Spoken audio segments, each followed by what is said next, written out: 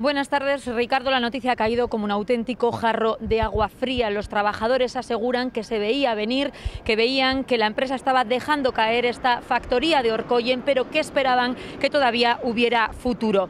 Una cierre en dos fases, primero 80 trabajadores, 50 más para el año 2021. Lo que piden es que la factoría japonesa no deje caer a los 133 empleados de esta planta y los reabsorba en otras firmas, en otras plantas que tiene la factoría en nuestra comunidad. El año pasado la justicia avalaba unas 70 salidas justificadas en la caída de ingresos y de producción. Ahora la plantilla se enfrenta al cierre definitivo de la planta en dos fases, con el despido de una mayoría a través de un expediente de extinción a lo largo de este año y del resto de forma progresiva hasta completar la clausura en 2021.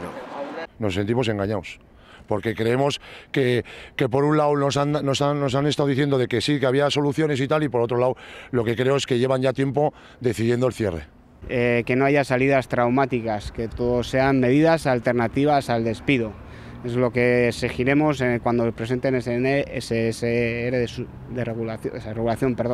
extinción de contratos. Callaba Orkoyen se dedica a la producción de bombas hidráulicas para vehículos.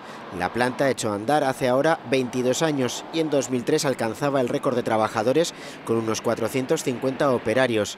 La plantilla actual es muy veterana, con una minoría de empleados que no llega a los 12 años de antigüedad.